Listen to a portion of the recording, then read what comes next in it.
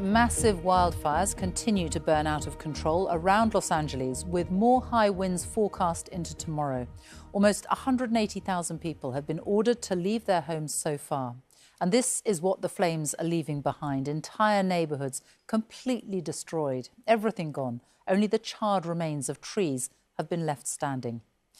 The first fire to erupt was on Tuesday in the Pacific Palisades neighborhood. It spread rapidly. Look at how fast it moved in just 5 hours. It now covers more than 17,000 acres of land. That blaze alone is now one of the most destructive natural disasters in the history of LA. There are still 5 fires alight around the city. 2 of them, the Palisades and Hearst fires, are still 0% contained. They're out of control. You can see from this time-lapse of the Palisades fire just how quickly it spread, fanned by hurricane-force winds. And this is another neighbourhood, Altadena. This satellite imagery shows the homes and buildings, street after street, completely engulfed. 5 people are known to have died, but the LA sheriff says that number will rise. Well, let's go straight to our correspondent, Emma Vardy, who is in LA. Emma. Well, fire crews are now into their 3rd day of fighting fires on many fronts, and authorities are beginning to look into what started them. Arson investigators, we're told, are now part of this, but authorities haven't drawn any firm conclusions just yet. Today, the fire's growth has been slowed down, but still, many parts of this city will never look the same again.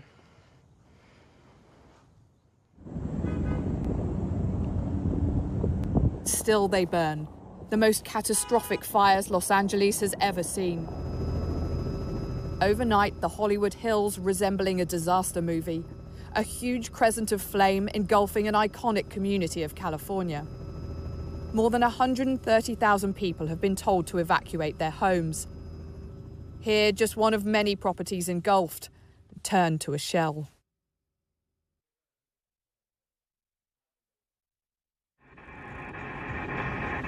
At least 5 major fires have been burning across Los Angeles County. The scale and spread has stretched firefighting crews on the ground and in the air. 16,000 acres and counting consumed by the inferno. One street filmed by a local resident moments before he left. I thought maybe I would be able to get some extra stuff that we didn't take and come to see that the whole street is just gone. It's like a war zone. And we had so many memories in here that cannot be replaced. I had these great old pictures of my grandfather from World War II, both grandfathers, and I was going to get them framed, and now they're gone and they're lost. And I had so many things that are just lost forever. It just, I know we're safe, but I don't understand. The scale of this disaster is clear to see. This is Pacific Palisades, block after block, a blanket of destruction. More than 1,000 buildings burned in this community alone. Emergency services unable to save them. We had everything, like the sentimental things. Like, my mom passed away. I had only a few things of hers left. My wedding dress, our wedding album. We left everything. Our albums, we have just whatever we're wearing. We're wearing the same thing for the last 2 days. Copy that. Fueled by hurricane-force winds, these fires have struck at a vulnerable time. LA hasn't seen any significant rainfall for months. Abandoned neighborhoods are now falling prey to crime. In the midst of the emergency, we've all seen individuals who are targeting vulnerable communities by burglarizing and looting homes. This is simply unacceptable. As dawn came in the Palisades, it revealed the grim reality of what the fire has left behind. There are miles and miles of streets like this, an utter shock at the devastation here. Communities just vanished, now ghost towns, and once dream homes turned to dust. No one is immune. Mansions now ash. The homes of Jennifer Aniston, Adam Sandler and Paris Hilton among those evacuated. And this was filmed by the wife of Take That star Mark Owen as they escaped through the flames. Some are returning to the ruins to see what remains. A scene that will be repeated in this ravaged city over the coming days. Emma Vardy, BBC News, Los Angeles.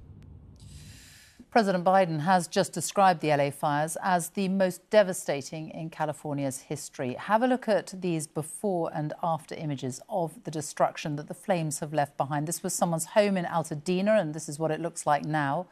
North of there, the Pasadena Jewish Temple and Center has been completely gutted.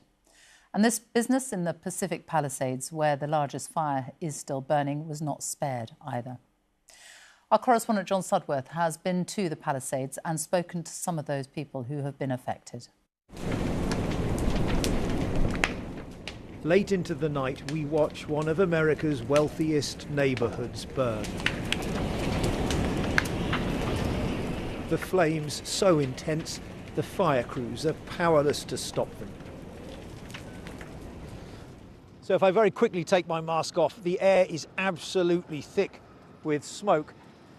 The fire crews here tell us they have a shortage of water, and in many instances they're having to stand and watch these properties burn. It is a losing battle. They're using what little they have sparingly, trying to contain the spread. Defying the evacuation orders, some residents are defending their own homes.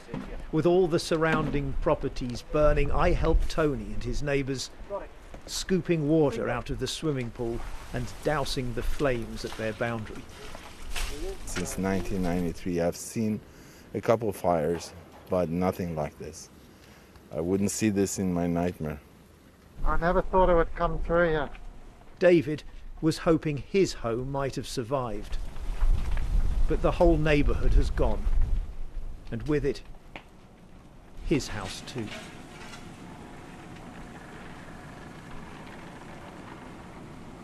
I would have thought I'd be seeing more planes flying over with water. I mean, there appears to be just 2. I mean, in California, are there not like 20 or 30 of them? They could have got you already.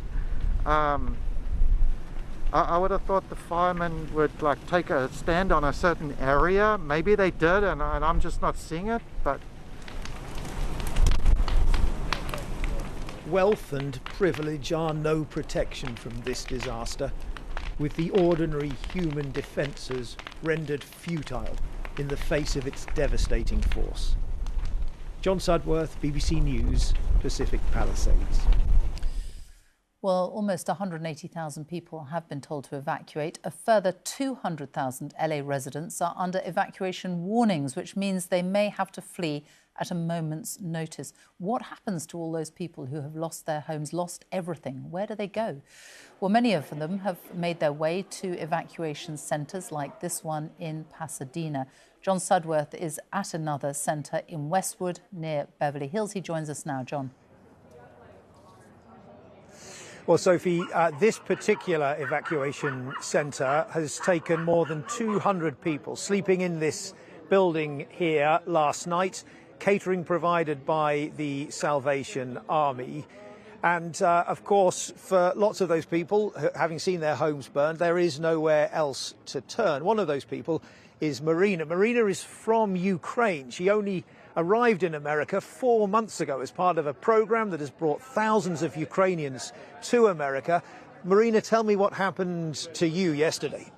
Well, it was a windy morning. I left from my home to the work, and I saw the little smoke near my hood, but I don't think that it was something will be big. So when I trying to came home after 5 hours, I saw that the road were closed and too many fire departments and police's car, and I started to worry.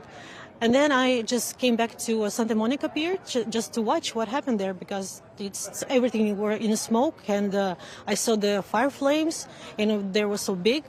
And then I just saw like the place where my house built, where my build situates, is burning, and there is burning everything, like cars and nature and houses and mine.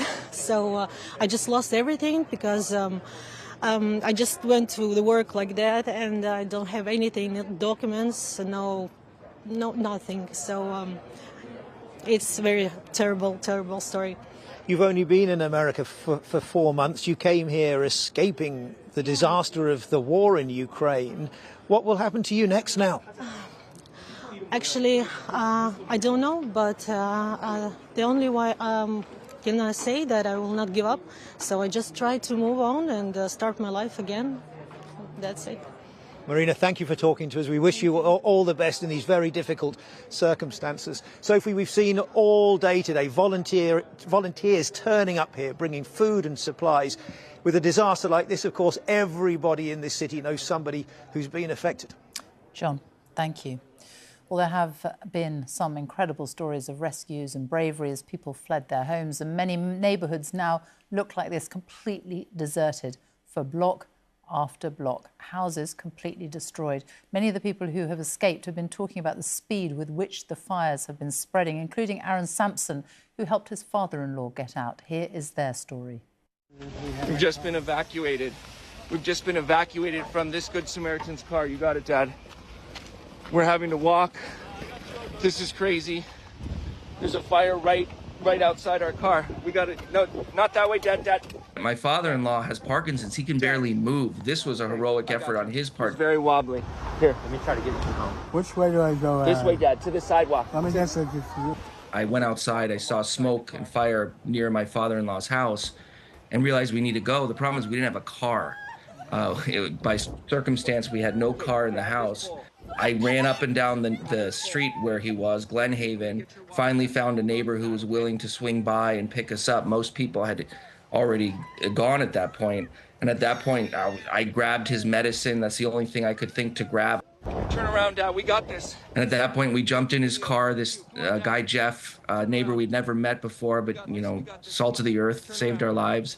As we're driving down, there's fires on both sides of the car. We're driving, we're suddenly seeing fires, you could feel the heat, and then the fires were getting closer and closer. And at that point, just being stuck there, surrounded by fire, the policemen started running up the street, get out of the car, get out of the car, and started screaming. You don't really realize how serious it is. You don't think this is a life-threatening situation. Aaron Sampson's story there, escaping with his father. In the last few moments, President Biden has been speaking about the fires. This is what he's had to say. To the firefighters and first responders, you really are, it's not hyperbole, you're heroes. You're genuinely heroes. And the worst, this is the most widespread, devastating fire in California's history. It's amazing. Let's join Emma Vardy, who is in Pacific Palisades. And Emma, the president there speaking about the worst fires in California's history. The fires are still burning, but thoughts are also turning to what happens now. How do you start rebuilding any of this? People are gradually returning to scenes like this where there is absolutely nothing for them left. We've been witnessing the wreckage all around us. There's the melted metal of burnt cars, just pieces of people's possessions that you can make out on the floor. And then every now and again, a house has been spared the flames, as miraculously is still standing. But in abandoned neighbourhoods like this, looting has now become an issue.